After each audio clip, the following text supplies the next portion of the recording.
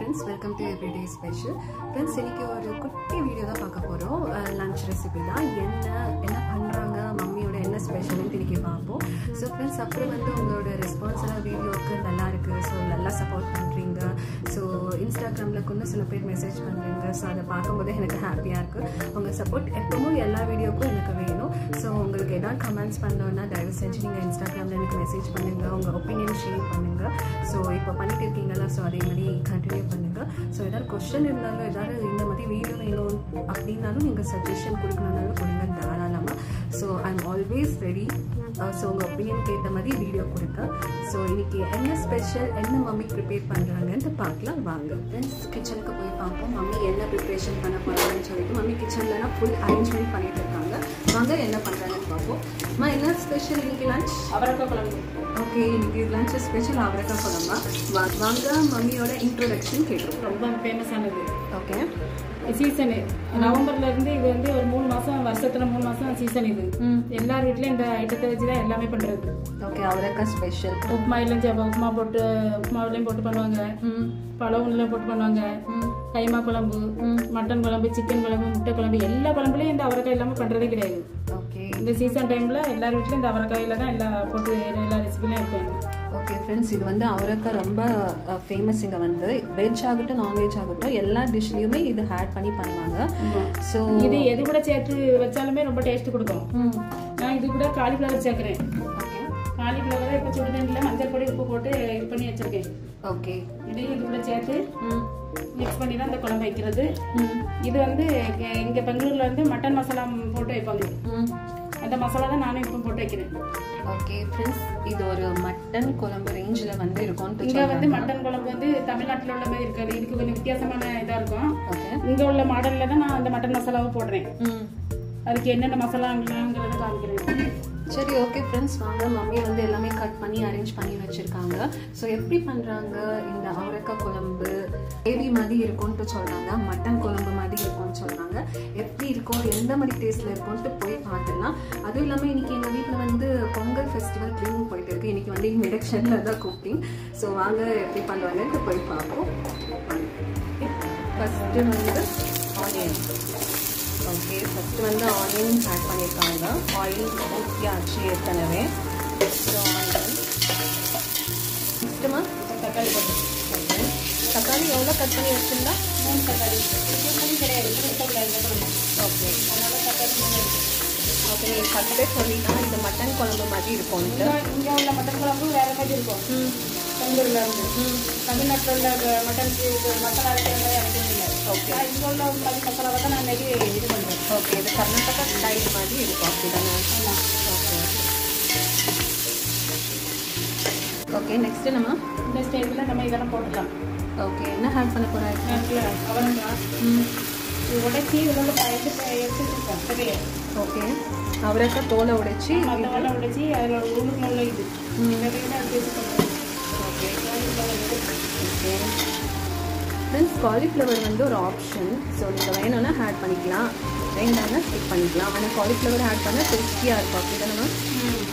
Okay, so இதெல்லாம் mummy oil fry பண்ண போகிறாங்க. அதாவது இப்போது தக்காளி வெங்காயம் போட்டு வதக்கியிருக்காங்கல்ல எண்ணெயில், அது கூட சேர்ந்து இந்த இன்க்ரீடியன்ஸ் எல்லாம் போட்டு வதக்க போகிறாங்க. அப்படி வதக்கும் போது ஆயிலில் நல்லா ஃப்ரை ஆகி ஒரு டேஸ்ட் வரும். பச்சை வாசனை போகணும். இந்த காயில் உள்ள பச்சை வாசனைலாம் போகிறதால இந்த காய் போட்டு வதக்கணும். வதக்கிட்டு அதுக்கு பிறகு இதில் மசாலா நம்ம இதில் மசாலா ரெடி பண்ணுவோம். ஓகே, கொஞ்சம் ஓரளவுக்கு இந்த இதில் ஆயில் ஃப்ரை ஆகிறதுல மசாலா ரெடி பண்ணிடலாம். ஓகே ஃப்ரெண்ட்ஸ், நீங்கள் கண்டிப்பாக இந்த டிஷ்ஷை ட்ரை பண்ணி பாருங்கள். இது வந்து தமிழ்நாட்டில் இருக்கிறவங்க நிறைய பேருக்கு இந்த குழம்பு தெரியவே தெரியுது. ஓகே, ஸோ பிகாஸ் ஃப்ரெண்ட்ஸ் இது வந்து கர்நாடகாவில் தான் இந்த மாதிரி பண்ணுவாங்க. எனக்கு இன்னும் சின்ன ஞாபகமே கிடையாது. தமிழ்நாட்டில் நானும் இருந்திருக்கேன். ஸோ இந்த மாதிரி யாருக்குமே தெரியாது. ஸோ நீங்கள் ஒரு வாட்டி ட்ரை பண்ணி பாருங்கள். இது கொஞ்சம் ஃப்ரை ஆகிட்டு இருக்காங்க. அந்த எண்ணெயோட சேர்ந்து ஃப்ரை ஆகிட்டு நம்ம அதுக்கு மசாலா ரெடி பண்ணிடலாம். ஃப்ரெண்ட்ஸ், இப்போ வந்து எல்லா இன்க்ரீடியன்ஸும் ஆயில் ஃப்ரை ஆகிட்டு இருக்கு. ஸோ மசாலாவுக்கு அரைக்கிறதுக்கு என்னென்ன வேணும்னு போய் பார்த்துட்டு வந்துடலாம். மம்மி எல்லாம் ப்ரிப்பேர் பண்ணி வச்சுருக்காங்க. வாங்க போய் பார்த்துட்டு வந்துடலாம். ஃப்ரெண்ட்ஸ், இதுதான் இன்க்ரீடியன்ஸ் மசாலாவுக்கு தேவையானது. ஓகேம்மா, என்னென்ன வச்சுருக்கா சொல்லு. இஞ்சி, ஓகே, பூண்டு, சக்கை, லவங்கம், இது மிளகு, ஓகே, இது சோம்பு, ஓகே, இது இவ்வளோ கொத்தமல்லி அரைக்கிறதுக்கு. ஓகே. மசாலா கூட சேர்ந்து கொத்தமல்லி அரைக்கணும். ஓகே. தேங்காய். ஓகே. இதில் தனியா பொடி. ஓகே. இதில் வத்தல் பொடி. ஓகே. இது வத்தல் பொடி வந்து கம்மியாக தான் எடுத்துக்கேன். ஏன்னா இதில் எல்லா இதுலையுமே காரம் இருக்க முடியாது தான். இஞ்சியில் காரம் இருக்குது, பூண்டில் காரம் இருக்குது, மிளகு இருக்குது. அதனால் வந்து வத்தல் பொடி வந்து ஒரே ஒரு ஸ்பூன் தான் எடுத்துருக்கேன். இது 3 ஸ்பூன் எடுத்துருக்கேன். ஓகே. இதெல்லாம் நைஸாக பேஸ்ட்டாக அரைக்கணும் அப்படி தானே? ஆமாம், இவ்வளோ தான் அரைக்க முடியாது. ஓகே ஃப்ரெண்ட்ஸ், இன்க்ரீடியன்ட்ஸ் இதுதான். குவான்டிட்டி நீங்கள் பார்த்துக்கோங்க, உங்களுக்கு தெரியும். தேங்காய் 1 கப் எடுத்துருக்காங்க, ஒரு சின்ன மீடியம் சைஸ் கப்பு ஃபுல்லாக. ஸோ இதை வந்து நல்லா ஸ்மூத் பேஸ்ட்டாக ஆக்கிட்டு வந்துடலாம் வாங்க. நல்லா அரைப்பட்டுச்சு. ஓகே. நல்லா இப்போ இந்த பக்குவத்தில் நம்ம எடுத்து அந்த வெந்துட்டு இருக்கிற காய்கறியோடு சேர்த்து வேண்டியது.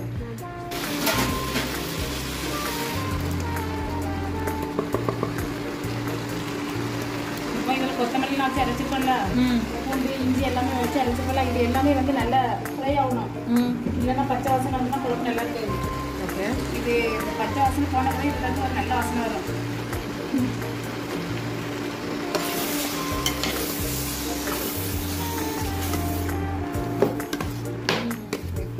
ஃப்ரை பண்ண சூப்பராக இருக்குது ஸ்மெல். ஃப்ரெண்ட்ஸ், இந்த மாதிரி நீங்கள் ட்ரை பண்ணி பாருங்கள். ஸோ ஒரு மட்டன் ஆட் பண்ணாமலே ஒரு மட்டன் ஸ்மெல் வருது. குழம்பு இது எனக்கு ரொம்ப பிடிக்கும் மம்மி வைக்கிறது. இட்லிக்கு, தோசைக்கு, சப்பாத்திக்கெலாம் ரொம்ப நல்லாயிருக்கும். ஃப்ரெண்ட்ஸ்ல எல்லாம் மசாலா ஃப்ரை ஆகிட்டு இருக்குது. அந்த ஸ்மெல் வந்து சொல்லவே வேண்டாம், அட்டகாசமாக இருக்குது.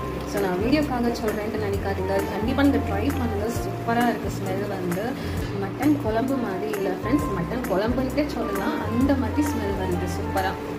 நெக்ஸ்ட் என்ன பண்ணுறோம்? இதில் கொஞ்சம் தேவையான அளவு உப்பு சேர்த்துக்கணும். ஓகே ஃப்ரெண்ட்ஸ், உப்பு மம்மி ஆட் பண்ணியிருக்காங்க. ஸோ மசாலா பாருங்கள், அந்த ரா ஸ்மெல்லாம் போய் லைட்டாக எண்ணெய் பிரிஞ்சு வர்ற மாதிரியே இருக்குது. கலர் பார்க்கவே சூப்பராக இருக்குது. எனக்கு இந்த மாதிரி வைக்கவே தெரியாது ஃப்ரெண்ட்ஸ். எனக்கு ஓரளவுக்கு குக் பண்ண தெரியும், ஆனால் மம்மி அளவுக்கு பெஸ்ட்டாக என்றைக்குமே இருக்காது. ஸோ அது எங்கள் மம்மி மட்டும் இல்லை, எல்லா மம்மியும் பண்ணுற டிஷ்ஷே ரொம்ப சூப்பராக தான் இருக்கும்.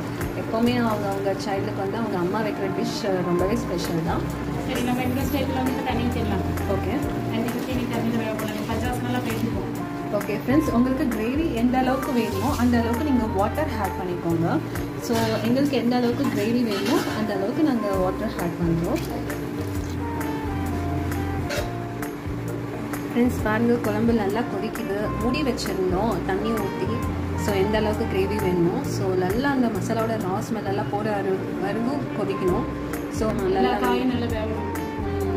காயில் வெந்த பிறகு ஃப்ரெண்ட்ஸ், குழம்பு வந்து ரெடி ஆகிட்டு இருக்குது. ஸ்மெல் வேறு எனக்கு மூக்குக்கு ரொம்ப வருது. தின்னு ரொம்ப வருஷம் ஆச்சு இந்த குழம்பு மம்மி வைக்கிறது. ஸோ எந்த அளவுக்கு ரெடி ஆகிட்டு இருக்குன்ட்டு போய் பார்ப்போம். ஃபைனல் ஸ்டேஜில் இருக்குது வாங்க.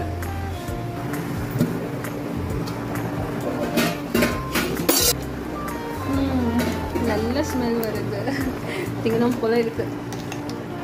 குழம்பு ரெடி ஆகிட்டு. ஓகே. எல்லா காயும் வெந்துடும். நெக்ஸ்ட் என்ன பண்ணணும்? என்ன தவசம் பண்ணிடலாம்.